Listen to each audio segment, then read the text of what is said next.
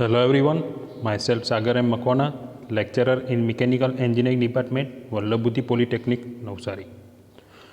Today we are going to learn topic factors for deciding replacement instead of maintenance. મેન્ટેનન્સને બદલે replacement નક્કી કરવા માટે ધ્યાનમાં લેવાતા મુદ્દાઓ. Okay, so which are the factors for deciding replacement instead of maintenance? Here the factors which are considered to decide replacement instead of maintenance are also called cause of replacement. Replacement કરવાના કારણો તરીકે પણ આપણે એને ઓળખી શકીએ. હવે કયા કયા મેઇન રીઝન છે રિપ્લેસમેન્ટ કરવા માટેના? તો ફર્સ્ટ ઇઝ ડિટેરિયોરેટેડ મશીન, બગડેલું મશીન. સેકન્ડ, મશીન ઓબ્સોલેસ્કન્સ, જૂનવાણી machine. Third is machine inadequacy, અપૂર્ણ કે અધૂરું machine. And fourth one is working condition and morale, working condition અને શિસ્ત ભાવના. આટલા ચાર મેઇન ફેક્ટર્સ છે જે આપણે રિપ્લેસમેન્ટ નક્કી કરવા માટે ધ્યાનમાં લેવા પડશે. તો વન બાય વન દરેક ફેક્ટર આપણે સમજીએ કે આ ફેક્ટર્સ ડિટેલ્સમાં કઈ રીતના રિપ્લેસમેન્ટ નક્કી કરવું એનો આપણને ખ્યાલ આપશે. તો first one is deteriorated machine, means કે બગડેલું મશીન. તો બગડેલું machine when the condition of machine is such that the targeted production is not achieved.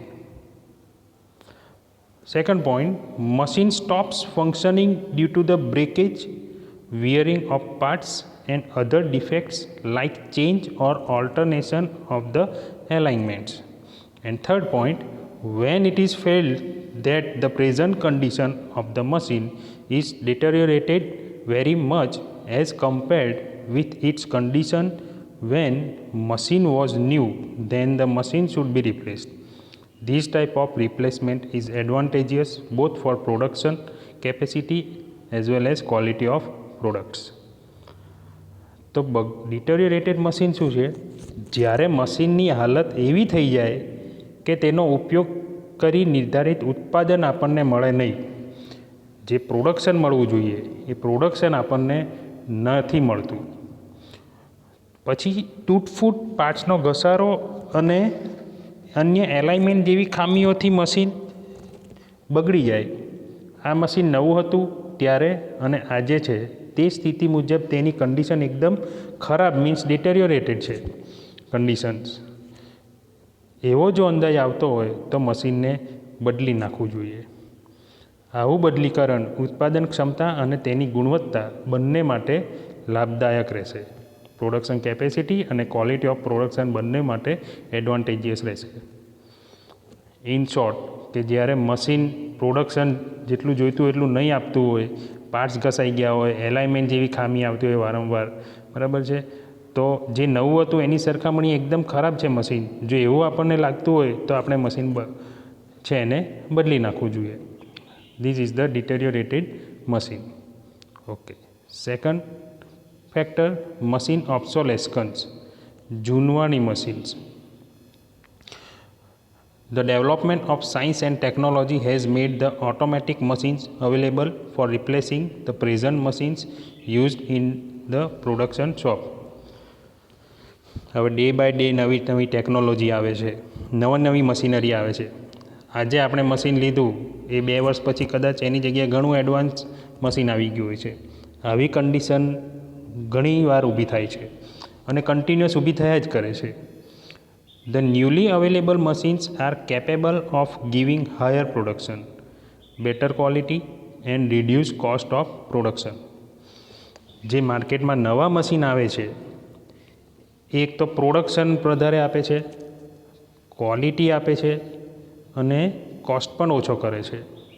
આટલા એના એડવાન્ટેજ છે નવી આધુનિક મશીનરીનું. So the present machines are considered obsolete in comparison to the modern machines. Therefore, it becomes necessary to replace the present machines. The replacement is also provide the capacity to the industry to survive in the present day competitive market. Okay. Science અને ટેકનોલોજીના વિકાસથી આધુનિક મશીનો કે જે સ્વયંસંચાલિત automatic છે એ હાલના મશીનોના પર્યાય તરીકે અવેલેબલ છે માર્કેટમાં.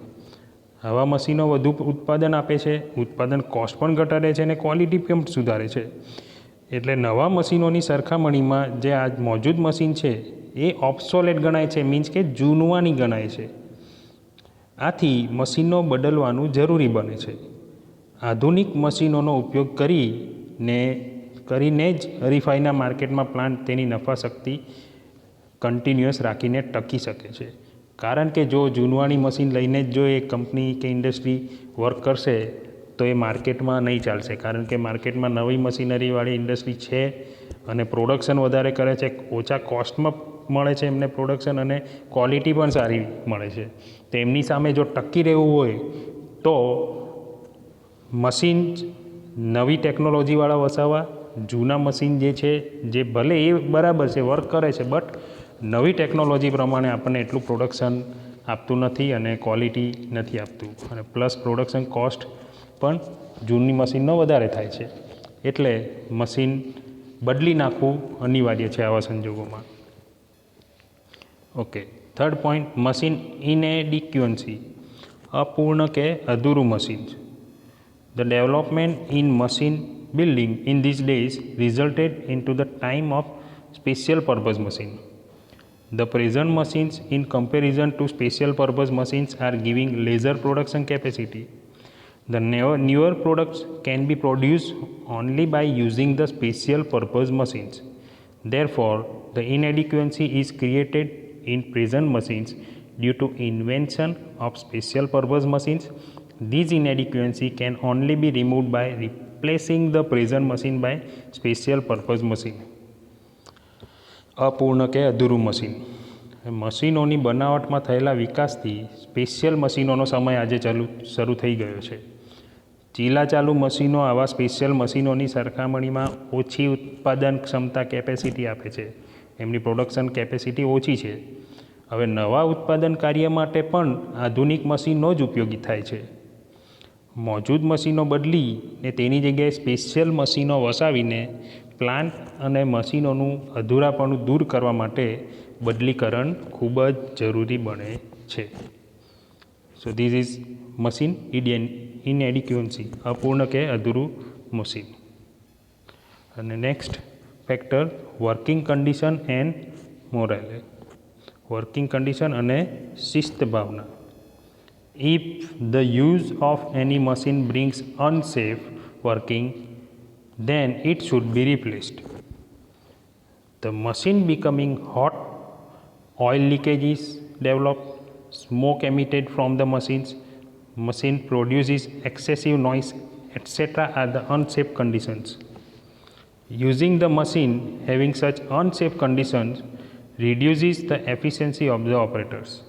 The unsafe condition of machines and its effects on the operator are the causes of accidents. Therefore, such machines should be replaced. મશીનોનો ઉપયોગ કરવાથી જે મશીનમાં અસલામત પરિસ્થિતિ સર્જાય તેને બદલી નવા મશીન લગાવવા જોઈએ. અસલામતી કેવી? જેમ કે મશીન છે વધારે પડતા જો ગરમ થઈ જતા હોય, ઓઇલ લીકેજ થતું હોય, મશીનમાંથી ધુમાડો નીકળતો હોય, મશીન વધુ પડતો અવાજ કરે વગેરે જે અસલામતીના સિમ્બોલ છે. આવા મશીનના ઉપયોગથી કર્મચારીઓની એક તો એફિશિયન્સી કાર્યક્ષમતા પણ ઘટે છે અને મશીનોની હાલત અને તેની કર્મચારી પર પડતી અસરોથી એક્સિડન્ટ થવાના પણ ચાન્સ રહે છે. એટલે આવા મશીનોનું બદલીકરણ કરવું જોઈએ. ઓકે. તો ફોર્થ ફેક્ટર, 4 ફેક્ટર આપણે જોયા રિપ્લેસમેન્ટ માટેના. ડિટેરિયોરેટેડ મશીન, બગડેલું મશીન, જૂનવાણી machine, machine obsolescence, machine inadequacy, અપૂર્ણ કે અધૂરું machine, and working condition and morale. બગડેલું મશીન, ડિટેરિયોરેટેડ મશીન એટલે પ્રોડક્શન નહીં મળતું હોય, ખામી સર્જાતી હોય, પાર્ટ્સ ઘસાઈ ગયા હોય ત્યારે મશીન બદલી નાખવું જોઈએ. મશીન ઓબ્સોલેસન્સ મીન્સ કે નવી મશીન માર્કેટમાં આવે, નવી મશીનરી, એને લીધે આપણા મશીનરી એમની સામે ટકી શકતા નથી, પ્રોડક્શન એટલું નથી આપી શકતા, ક્વોલિટી નથી આપી શકતા, તો તો એવા સમયે પણ મશીન બદલવું જોઈએ. મશીન ઇનએડિક્વન્સી, મશીનને બનાવટમાં થયેલા વિકાસથી અમુક સ્પેશિયલ પર્પઝ મશીન પણ આવી ગયા છે, તો એમનો યુઝ કરી અને જૂની મશીનને બદલી નાખવું જોઈએ. અને ફોર્થ, વર્કિંગ કન્ડિશન એન્ડ મોરાલે, કે મશીનનો ઉપયોગ કરવાથી જો અસલામત પરિસ્થિતિ સર્જાય, જેમ કે મશીન ગરમ વધુ થતું હોય, ઓઇલ લીકેજ થતું હોય, ધુમાડો નીકળતો હોય, વધારે પડતો અવાજ કરતો હોય, તો આવા સમયે કર્મચારીની એફિશિયન્સી ઘટે છે વર્ક કરવાની, અને એને લીધે એક્સિડન્ટ થવાના પણ ચાન્સ રહે છે. તો એવા સમયે મશીનોનું બદલીકરણ, રિપ્લેસમેન્ટ કરવું જોઈએ. સો આ ફેક્ટર્સ મોસ્ટ ઇમ્પોર્ટન્ટ છે for our exam also. So I hope you understand these factors for replacement, to decide replacement instead of maintenance. If you have any query, then you can directly contact me or call me anytime. Okay, thank you.